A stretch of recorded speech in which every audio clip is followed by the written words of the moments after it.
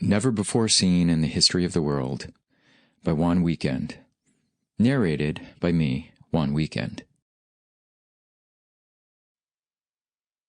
Just as an individual person dreams fantastic happenings to release the inner forces which cannot be encompassed by ordinary events, so too a city needs its dreams.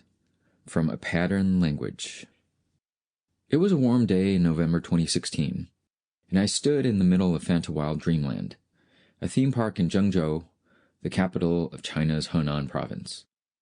Dreamland was the 40th theme park I had toured in China in just the last few years. It was my first visit to Dreamland, but I already knew it. I knew, as soon as I walked through the gates, that the park would contain at least one each of a tumbler, a tower, and a flume ride. For sure, it would have at least 2 flyers and 3 whirl rides, a giant frisbee, a Viking ship, or in place of the latter, a half-pipe pendulum that had the name Disco in its name.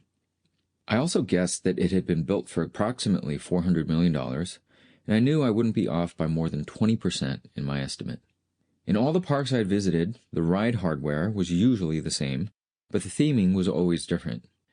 Dreamland was in a landscape of Bavarian lodges and Scandinavian villages, so exquisitely wrought in fairy tale vernacular that you expected a dragon to come roaring out of the dikes.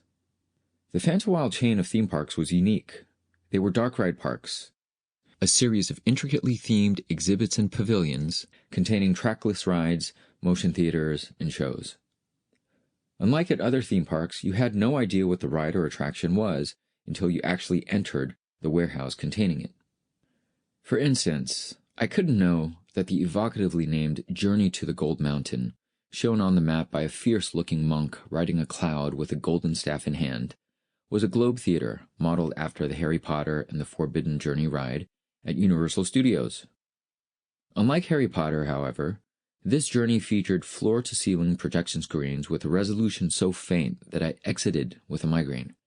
Passengers in the car after mine retched into a trash can. In the scheme of things, a motion sickness-inducing ride with only 5 riders on it, when its hourly capacity was over 4,000, wasn't so notable to me. I had seen similar things in my journey through China. What was notable was the historical moment. I was witnessing the steadily building culmination of a theme park mania. Where I stood, Fantawild Dreamland was just one part of the Fantawild Resort. Next door was Fantawild Adventure, a twin park of the same size with an overlapping attraction mix. In the same resort was the Fantawild Water Park, which... Sample complete. Ready to continue?